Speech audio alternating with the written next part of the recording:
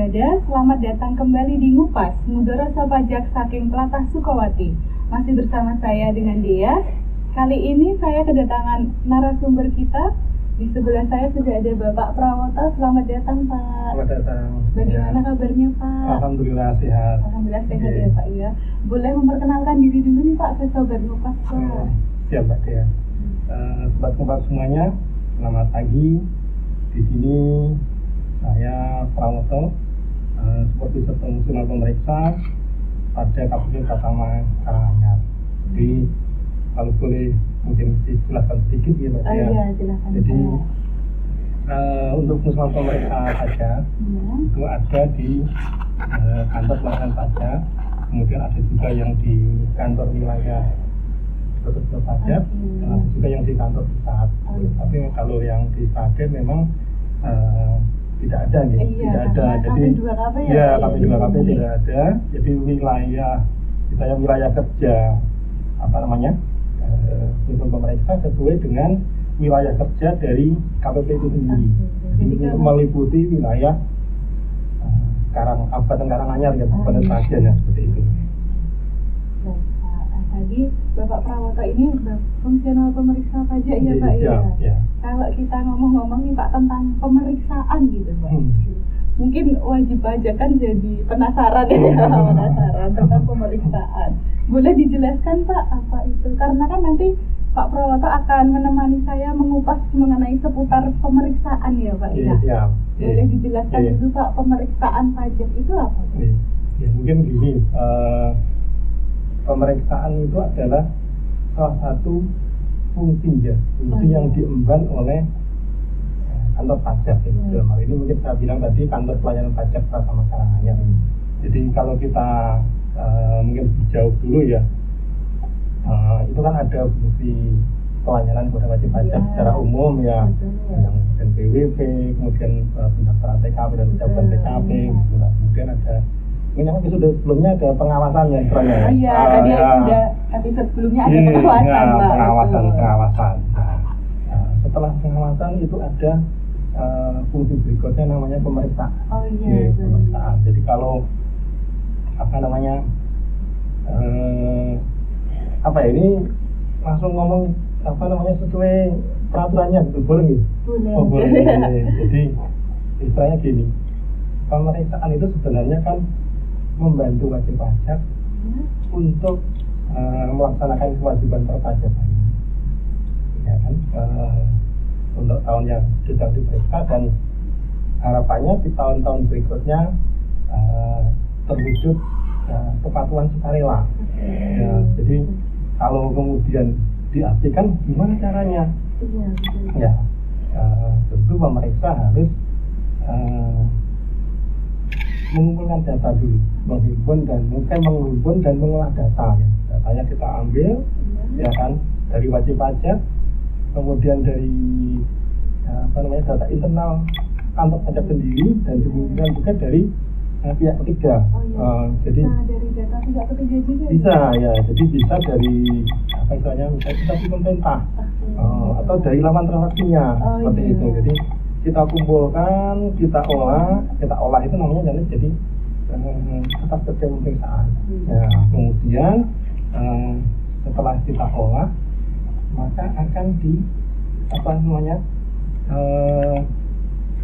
kita harus objektif dan profesional gitu jadi tidak sembarangan lah seperti itu. Tujuannya apa?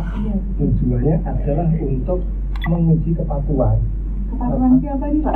Wajib pajak. Kepatuhan wajib pajak. Menguji kepatuhan pemenuhan kewajiban perpajakannya.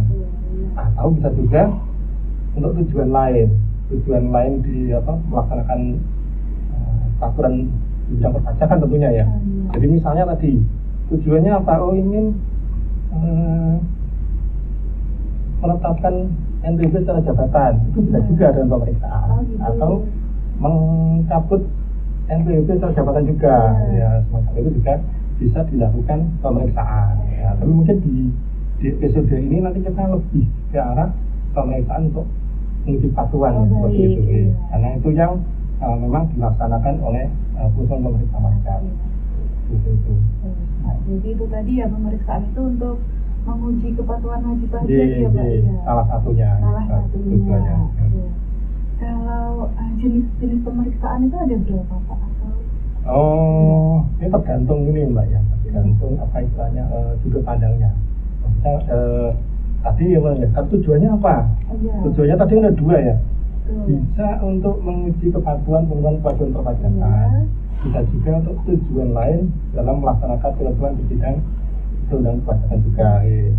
Tapi kalau caranya itu bisa dilakukan dengan pemeriksaan lapangan maupun pemeriksaan kantor. Bedanya apa itu Pak, pemeriksaan lapangan? Yang gampangnya gini. Iya.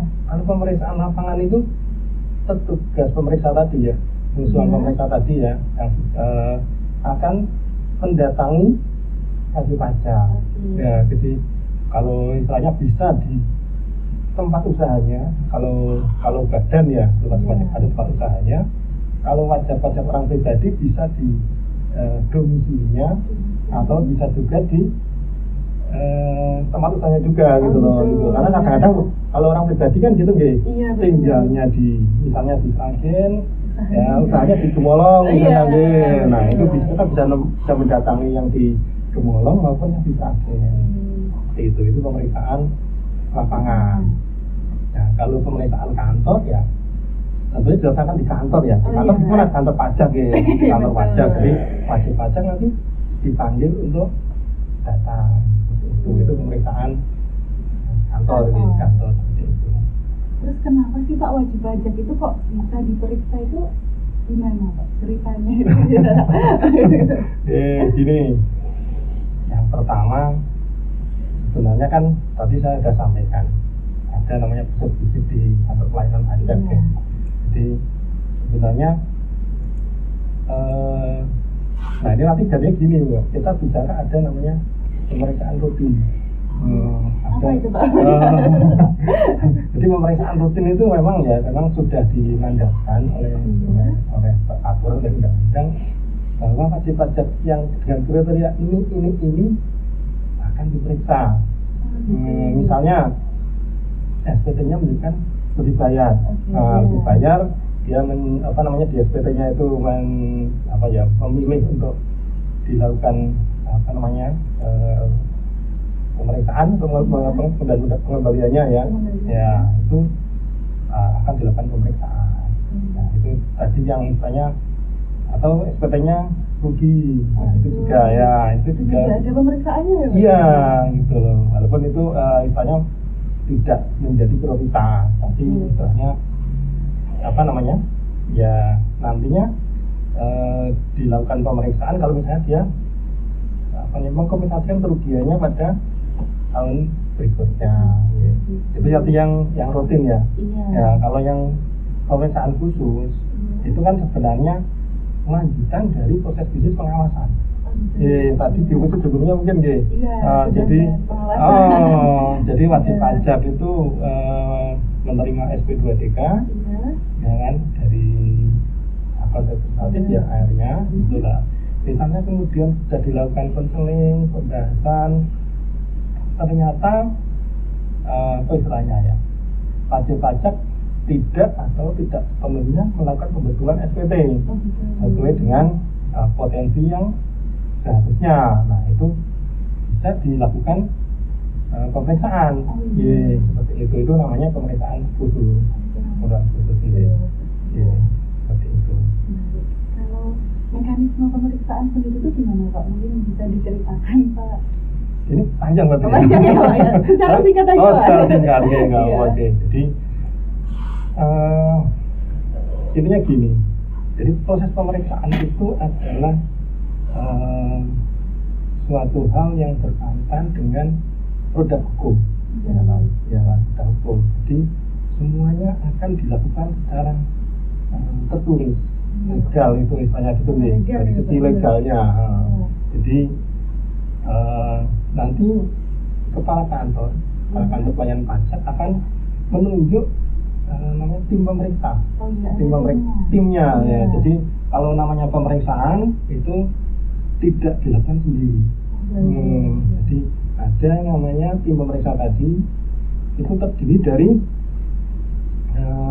1 orang supervisor, ya, kemudian 1 orang ketua tim dan 1 atau lebih anggota tim pemeriksa. Jadi ada timnya, ya, ada timnya. Nah itu biasanya kalau di KPU Pratama Karanganyar, kekuatan pemeriksanya biasanya kami bertiga.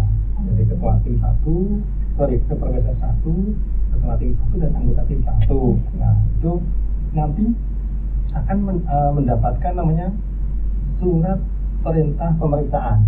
Nah, surat perintah pemeriksaan SP2 ya, SP2. Nah, SP2 itu terbit bersamaan dengan namanya surat pemberitahuan pemeriksaan kepada wajib pajak. Ya, jadi itu kalau lapangan namanya SPPL ya, surat pemberitahuan pemeriksaan lapangan. Jadi begitu tim pemeriksa tadi mendapatkan surat perintah pemeriksaan, kemudian tim pemeriksa akan membuat namanya surat panggilan dalam rangka pemeriksaan. Jadi kalau aturan yang berlaku saat ini, maka wajib pajak dipanggil dulu. Dipanggil dulu ke kantor, dipanggil dulu ke kantor, dan yang harus datang itu adalah pimpinan itu direksi. Kalau badan harus direksi. Kalau yang orang pribadi ya yang bersangkutan ya. Jadi harus datang gitu loh. Kenapa harus datang gitu loh? Karena di situ nanti pemeriksa akan menjelaskan secara langsung pada wajib pajak tentang tujuan dan alasan pemeriksaan. Kemudian yang kedua, kami akan memberitahukan dan kemudian memang nanti menandatangani namanya fakta integritas. Jadi fakta integritas itu dalam proses pemeriksaan antara kedua belah pihak ya, wajib pajak dan pemeriksa dan tim pemeriksa harus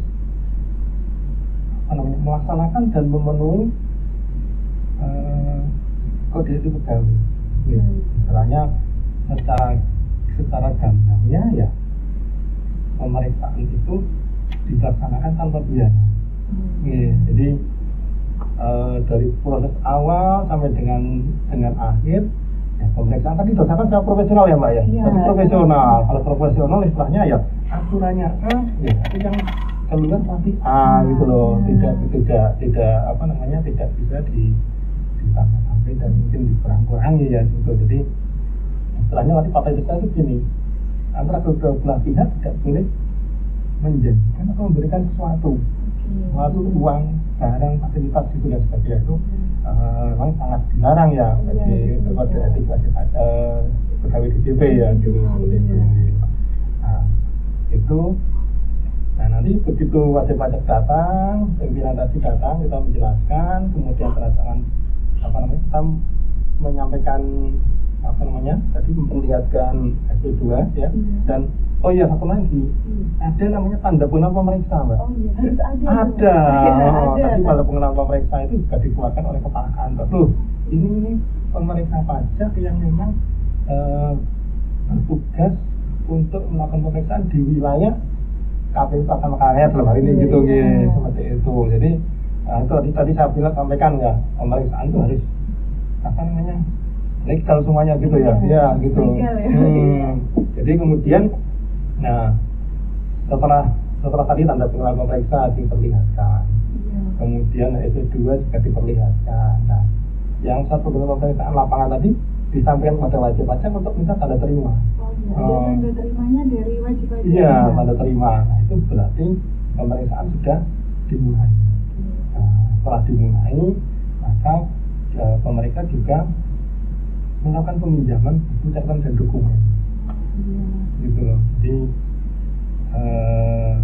wajib pajak dapat diberi kesempatan untuk menyiapkan nih dalam jangka waktu 7 hari. Ada diberi kesempatan juga ya. Iya, pasti kan perlu waktu ya untuk mencari untuk kan itu biasanya ada daftarnya nih. Jadi ada surat peminjaman buku catatan dokumen itu di lampirannya ada daftarnya, apa aja yang harus disiapkan oleh wajib pajak dan paling lambat kapan harus disampaikan kepada pemeriksa. Nah, itu pun kalau misalnya wajib pajak merasa bukan merasa, oh ternyata waktu dicari itu belum ketemu semua. Bisa Pak. Iya kan, masih dikiri itu kasih dari 7 hari tadi, masih dikasih jeda 7 hari lagi. Oke, nanti ada kesempatan. Itu kita istilahnya apa ya di apa ya di moratorium dulu lah. Nah, setelah itu baru diterbitkan namanya peringatan 1. Di peringatan 1 jangka waktunya 7 hari juga. Kalau misalnya dalam jangka waktu 7 hari itu tadi ternyata masih belum semua belum terkumpul ya.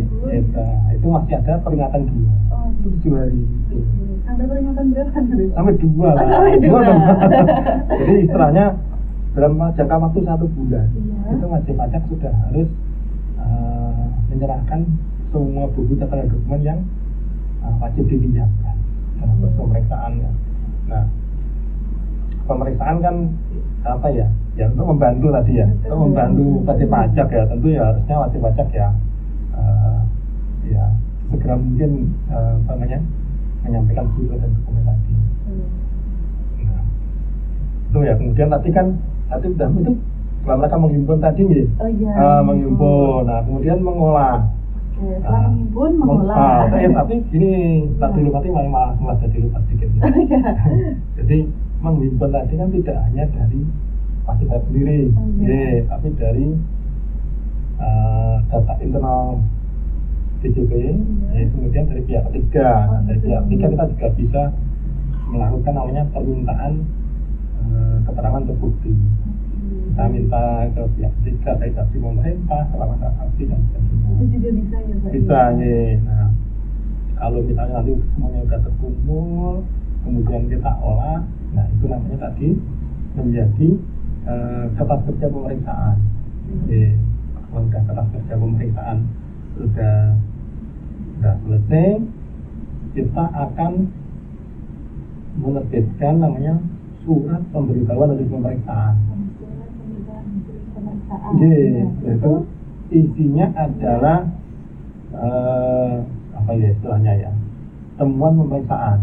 Jadi apakah ada SPT wajib pajak yang belum sesuai dengan kondisi yang kita temukan pada saat pemeriksaan. Misalnya, peredaran usahanya harusnya 10 juta, ternyata baru dilaporkan 8 juta, misalnya 2 juta kelupaan. Nah, kita sampaikan ini ya ada koreksi di peredaran usaha 2 juta. Nah, seperti itu di SPHP. Itu dalam di SPHP itu nanti ada jangka waktunya juga. Wajib pajak tidak kemudian dari SPHP langsung disuruh ini gimana, enggak. Nah, kita kasih waktu 7 hari untuk wajib pajak memberikan tanggapan. Istilahnya pemeriksa ini tanggapan ini bisa tertulis, bisa tidak tertulis. Tertulis atau tidak tertulis? Tapi sebaiknya memang tertulis. Sebaiknya tertulis. Jadi jangka waktu 7 hari itu apakah sebelumnya kalau memang udah langsung ketemu mungkin nggak sampai 7 hari udah diberikan tanggapan ya. Tapi misalnya juga 7 hari tentang ternyata yang dilakukan sih kok banyak pos SPT istilahnya ya. Tapi 7 hari nggak cukup, bisa minta tambahan lagi 3 hari. 3 hari. Di perpanjangan penyampaian tanggapan hasil pemeriksaan. Nah, setelah kemudian tadi di 7 hari, kemudian misalnya WP sudah memberikan tanggapan, maka wajib pajak akan diberikan surat undangan, undangan untuk melakukan pembahasan hasil pemeriksaan, gitu loh. Jadi wajib pajak nanti datang, kemudian memberikan istilahnya ya mungkin bukti-bukti, gitu loh. Kalau misalnya setelah pemeriksa 10 juta kok, 10 juta itu bukan loh, saya nggak nyampe ya, menurut saya cuma 9 misalnya gitu loh. Buktinya apa bahwa cuma 9 gitu loh. Buktinya pemeriksa 10 itu tidak tepat ya. Nah itu silakan diberikan bukti. Nah, setelah itu tadi kan sudah diberikan undangan, wajib pajak membuat bukti. Nah kita adakan namanya pembahasan hasil pemeriksaan. Nah, ada pembahasan ya, dari pembahasan tadi kemudian kita hasil pembahasan tertulis nih Mbak, nanti ada tanda tangannya namanya risalah pembahasan. Risalah pembahasan itu wajib pajak ya boleh tadi ya, misalnya tadi yang dari 10 wajib pajak cuma 7, 8 atau 9 tadi nih 9 silakan. Nah pemeriksa nanti melihat apakah bukti-bukti yang diberikan wajib pajak itu sesuai dengan kondisinya gitu kan. Artinya dari tadi yang koreksi SPHP 10 juta bisa ya pemeriksa bisa tidak setuju ya. Jadi ini setuju atau tidak setuju? Iya, pemeriksa juga bisa mempertahankan koreksi istilahnya gitu loh. BP 9 tapi tidak, ini 10 itu udah benar kok gitu loh. Kita buktinya ini gitu loh. Nah, itu bisa pemeriksa tetap mempertahankan koreksi seperti itu. Nah, kalau misalnya tadi ya pemeriksa 10 SPP 9. Nah, itu berarti kan istilahnya tidak tercapai masih ada koreksi yang belum disetujui wajib pajak. Nah, wajib pajak itu istilahnya gini, jadi masih ada quality assurance. Nah, quality assurance pemeriksaan gitu loh. Itu ada di tingkat Kanwil. Tugasnya apa? Menguji istilahnya kan apakah koreksi pemeriksanya dasar hukum ya. Jadi semata-mata dasar hukum. Dan pemeriksa itu udah sesuai aturan atau belum gitu. Ya gitu. Jadi di situ kami juga dilakukan pembahasan antara tim quality assurance yang dari kami, kemudian pemeriksa juga dipanggil di situ dan masih ada juga. Itu nanti ada argumen lah gitu ya. Itu argumen. Nah, nanti hasilnya keputusan tim QA lagi harus oleh pemeriksa. Kalau misal tadi udah terjadi kesepakatan, Pak, misalkan tadi dari pemeriksa 10, ternyata wajib-wajibnya juga 10 gitu. Itu tidak perlu QA berarti kan. Berarti langsung kita buat namanya berita acara hasil pembahasan akhir dan dilampiri namanya ikhtisar hasil pembahasan akhir pemeriksaan gitu loh. Jadi BP sudah setuju, ya sudah langsung begitu. Nah, tapi sebelumnya gini, kalau BP setuju seluruhnya ini, itu langsung di BP menandatangani namanya lembar persetujuan pemeriksaan. Jadi lembar persetujuan pemeriksaan tadi tanggapannya BP tadi Mbak ya. Kalau memang BP-nya setuju ya langsung lembar pernyataan persetujuan, kemudian langsung tadi berita acara pembahasan akhir dan intisarinya ditandatangani dinyatakan setuju seluruhnya. Tapi harus seluruhnya ya. Kalau ada sedikit yang tidak setuju, itu tidak bisa lembar pernyataan persetujuan pemeriksaan tidak bisa seperti itu. Panjang juga ya Pak ya? Ya panjang. Jadi gini, ada namanya tadi ya disarikan dari awal tadi dari SP2 dan sebagainya sampai SPHP. Itu namanya jangka waktu pengujian.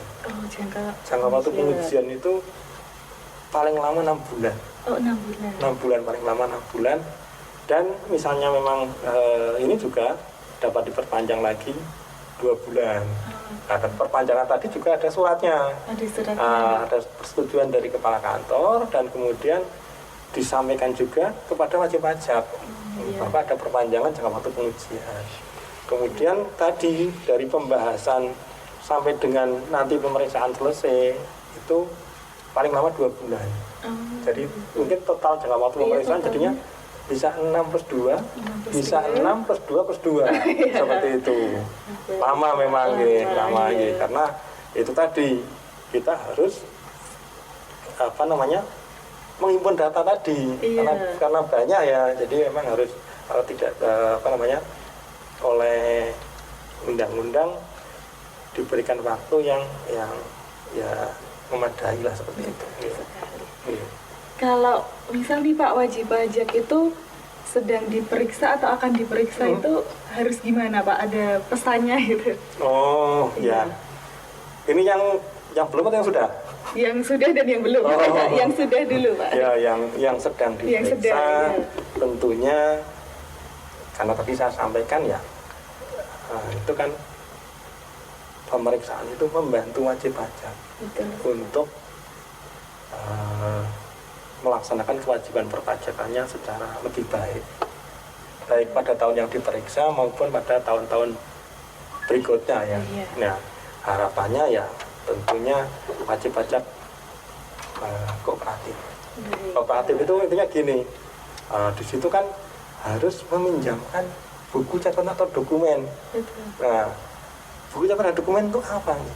Ya, sekarang tidak hanya terbatas kepada buku catatan dan dokumen yang sifatnya apa istilahnya kertas ya, fisik aja. Iya, tetapi termasuk buku catatan dan dokumen elektronik. Istilahnya di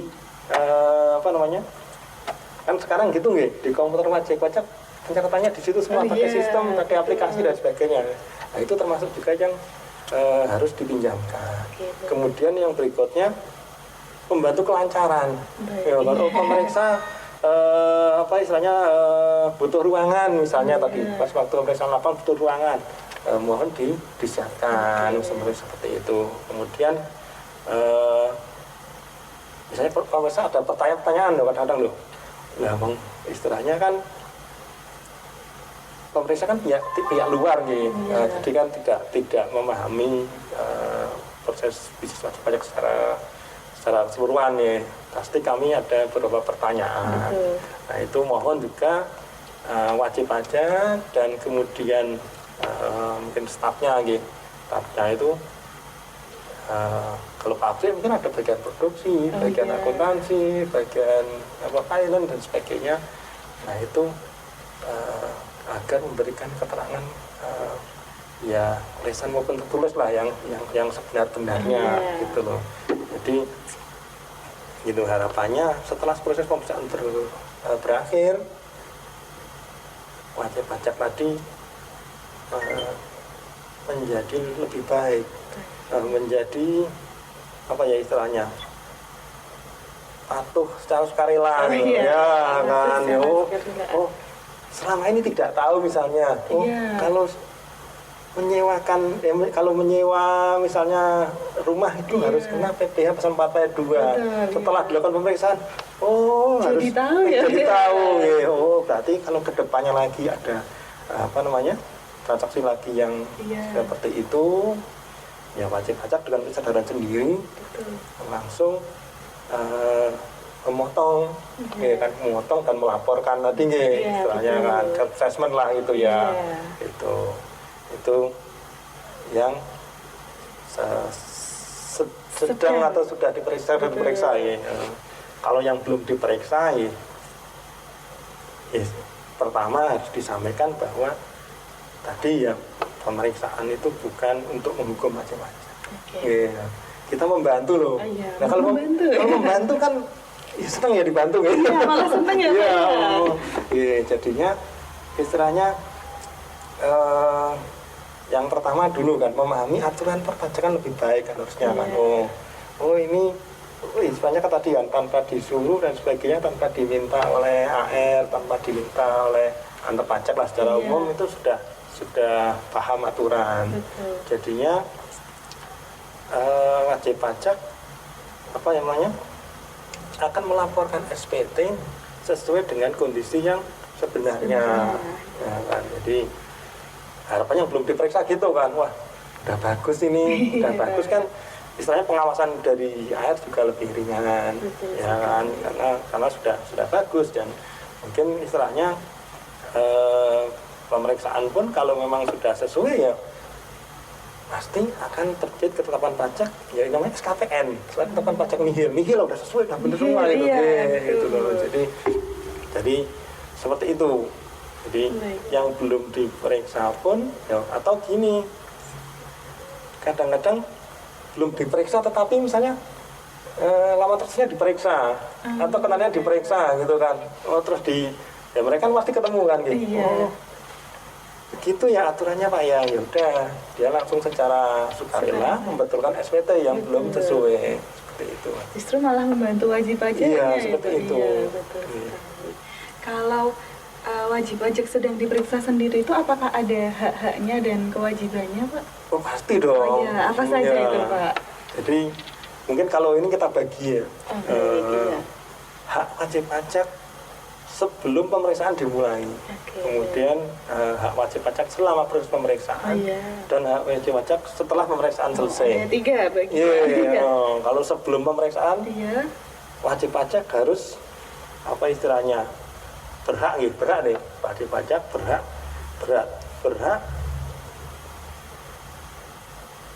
apa namanya, mendapatkan apa ya istilahnya, bukti bahwa pemeriksaan sudah sesuai dengan legalitasnya tadi.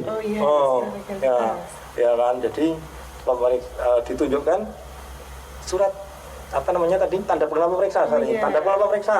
Ini yang datang memang pemeriksa. Harus ada tanda pengenal. Ya, kemudian tadi ditunjukkan lagi SP2-nya, surat perintah pemeriksaan. Memang ada surat perintah pemeriksaannya, kayak seperti itu. Kemudian wajib pajak juga diberikan tadi SPPL, surat pemeriksaan lapangan. Itu yang pertama. Terus misalnya kadang-kadang gini ya, pemeriksaan belum selesai, pemeriksaannya ternyata dimutasikan. Nah, itu ada namanya surat perintah pemeriksaan perubahan. Itu juga wajib pajak berhak untuk tahu gitu ya, dikasih tahu, diberikan tindasannya gitu. Nah, itu pas waktu sebelum pemeriksaan. Kalau ketika pemeriksaan wajib pajak nanti berhak untuk menerima SPHP. Tadi kan SPHP-nya harus ada dong. Jauh namanya pemeriksaan tadi kan dari awal memang ada surat menyuratnya. Di SPHP juga tadi ada surat menyuratnya. SPHP-nya nanti harus diberikan kepada wajib pajak. Kemudian berhak juga untuk menghadiri pembahasan. Tadi kan, jadi ya jangan sampai istilahnya hasil pemeriksaan itu sepihak, ya kan, hanya dari sisi pemeriksa saja, dari sisi kantor pajak saja. Makanya BP juga berhak untuk menghadiri pembahasan. Nah, kemudian tadi misalnya masih ada dispute ya waktu hasil pembahasan, BP juga berhak mengajukan QA tadi, quality assurance, seperti itu. Nah, kalau sudah selesai pemeriksaan, makanya BP juga berhak memberikan mengisi kuesioner. Kuesionernya ada juga? Ada. Semua itu juga istilahnya. Ini pemeriksaan ini sudah sesuai dengan aturan nggak sih gitu loh. Misalnya, wah pemeriksaannya ada di situ, ada poin-poinnya ya. Misalnya udah koreksinya bagaimana, apa mungkin kemudian pemeriksaannya sendiri apakah mungkin sopan dan sebagainya apa gitu. Nah, itu memang hak-hak wajib pajak. Tentu kalau hak ada kewajiban dong. Selain ada kewajiban. Itu seimbang ya. Betul, seimbang. Nah, kalau kewajiban, nah itu tadi istilahnya wajib pajak harus membantu kelancaran pemeriksaan. Kalau dipinjam bukunya tadi, ya tolong segera diberikan dokumen fisik maupun elektronik. Elektronik juga gitu. Kan sekarang gitu ya. Jadi misalnya kita, Pak, tolong mau lihat komputer ini gitu loh. Silakan Pak. Memang sudah sesuai aturan gitu kan. Jadi pemeriksaan di situ boleh mengakses dan mengunduh filenya seperti itu. Itu kewajiban BP untuk mempersilahkan, memperbolehkan lah gitu ya. Kemudian yang berikutnya memasuki ruangan tertentu, atau misalnya gini ya, ini dokumen kok BP belum dipinjamkan ya, udah lama belum dipinjamkan. Nah, pemeriksa datang ke tempat wajib pajak, Pak, mungkin mohon dibuka ruangan ini gitu loh. Itu kami dibantu untuk apa ya, istilahnya mencari dokumennya seperti itu, di gudang atau di mana gitu loh. Nah, itu juga kewajiban wajib pajak. Kemudian kewajiban berikutnya adalah pada proses SWAP tadi ya, dia harus memberikan tanggapan. Ya, udah apa sih, setuju atau tidak setuju dan sebagainya. Ya. Nah, yang berikutnya kewajiban WP adalah memberikan keterangan. Keterangan berkaitan dengan apa? Ya, berkaitan dengan apa istilahnya, proses bisnis wajib pajak, gitu loh. Jadi lisan maupun kadang-kadang kita gini ya, datang ke tempat wajib pajak, kemudian Pak, tapi ingin meminta penjelasan tentang misalnya proses produksi, gitu kan ya. Jadi wajib pajak direksinya kita minta di situ, kemudian mungkin didampingi sama bagian produksi gitu ya. Kita pengen tahu flowchart-nya. Misalnya apa namanya, produksi benang gimana sih gitu, oh ya dari ini gitu dan sebagainya, kapasitasnya berapa dan sebagainya. Itu memberikan keterangan secara lisan maupun tertulis seperti itu. Mungkin gambarnya itu kali ya. Jadi kalau boleh disarikan ya, kewajiban WP adalah kooperatif dalam proses pemeriksaan. Kooperatif ya, Pak. Kooperatif. Nah, mau dibantu ya kooperatif. Itu kan kerjasama. Iya, kerjasama. Ya, betul sekali. Jangan sampai nanti kan gini, proses pemeriksaan menjadi tidak presisi ya. Sekarang bahasanya presisi loh. Presisi. Kalau tidak presisi kan karena apa namanya, informasi yang diperoleh pemeriksa tidak lengkap. Nah, tapi kalau memang dari wajib pajak memberikan informasi seluas-luasnya yang sesuai dengan yang diperlukan pemeriksa, ya diharapkan hasil pemeriksaan nanti menjadi ya itu lebih presisi istilahnya ya. Iya, gitu. Baik, Pak. Jadi itu tadi ya Pak ya, pembahasan kita seputar pemeriksaan ya Pak ya. Banyak sekali yang bisa kita bahas tadi, bisa kita kupas. Nanti terima kasih Pak Prawoto sudah menemani saya untuk mengupas mengenai pemeriksaan. Mulai dari apa itu pemeriksaan, hak dan kewajiban wajib pajak. Terus pesan Bapak Prawoto kepada wajib pajak yang sedang diperiksa maupun belum diperiksa. Semoga penjelasan Pak Prawoto tadi bisa menambah wawasan dan pengetahuan wajib pajak semua. Sampai jumpa di episode ngupas berikutnya. Wassalamualaikum warahmatullahi wabarakatuh.